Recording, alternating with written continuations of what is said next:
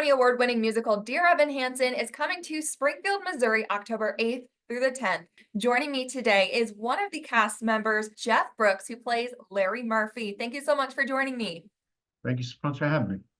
Tell me a little bit about this musical for people who do not know what it's about.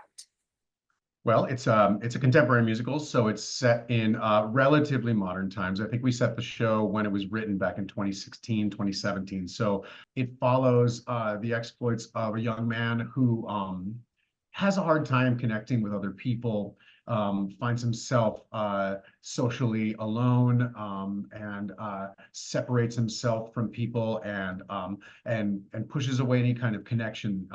And he finds himself in the middle of a connection with a family that is not his, and he finds a lot of things that he wishes he had, and how he goes about getting that, you'll see. And what ends up happening to him throughout the piece is all part of the story, but it really centers around this young man, Evan, and his need to connect to people, and his need for family, his need for social interaction. Right. This story surrounds the subject of mental health as well. How does the show deal with such a dark subject as suicide?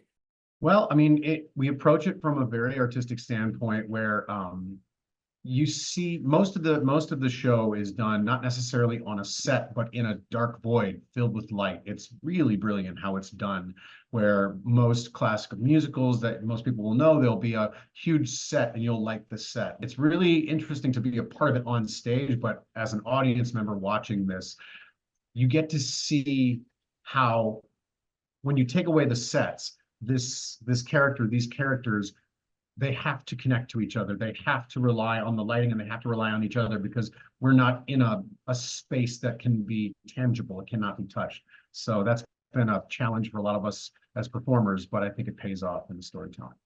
Let's talk about your character. You play Larry Murphy, who is Connor Murphy's dad. A little bit of a spoiler, not really though, because it happens at the beginning of the show. Connor commits suicide. What is it like to play a father who lost his son like that, and how do you get in that headspace? I love this question. It's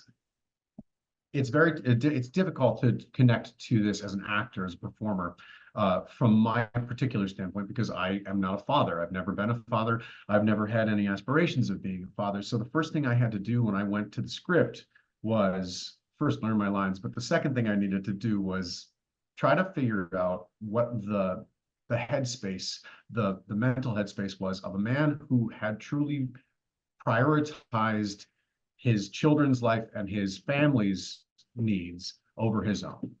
And that was the first major hurdle for me, was like, what is it like inside the mind of someone who has people that he cares about more than himself?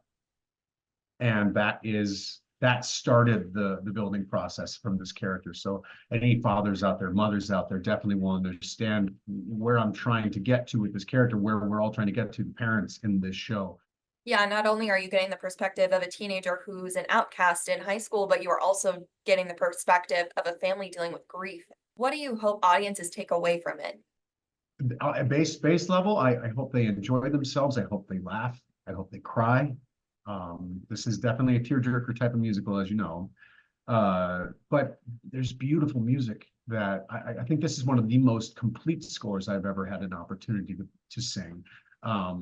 Every song is just wonderful, and every song is a different piece of this beautifully woven story. That every piece is not necessary. There's not extraneous bits just to get a little dance break in. It's every piece tells just a little bit more of the story. I really love that you brought up the music, because every song in this musical is intentional and it has a specific message. Do you have a favorite song? Well, my favorites kind of cycle through because they're all so good. So when you listen to a musical like this 8 times a week and you're a part of it, you start to hum certain songs. But obviously the favorites are "Waving Through a Window" is a classic favorite. Our major theme of the piece is "You Will Be Found." It's just a beautiful, beautiful song. But I mean, I'd be lying if I said I wasn't tapping my foot to "Sincerely Me" every night, or catch myself humming to my own song, to "Breaking a Glove," which is a wonderful song that I think a lot of the parents will appreciate, especially the dads out there. Well, I am so excited to see this on stage. You won't want to miss it. Grab your tissues, come out to Juanita K. Hammonds Hall, October 8th through the 10th. Get your tickets at hammondshall.com. You will be found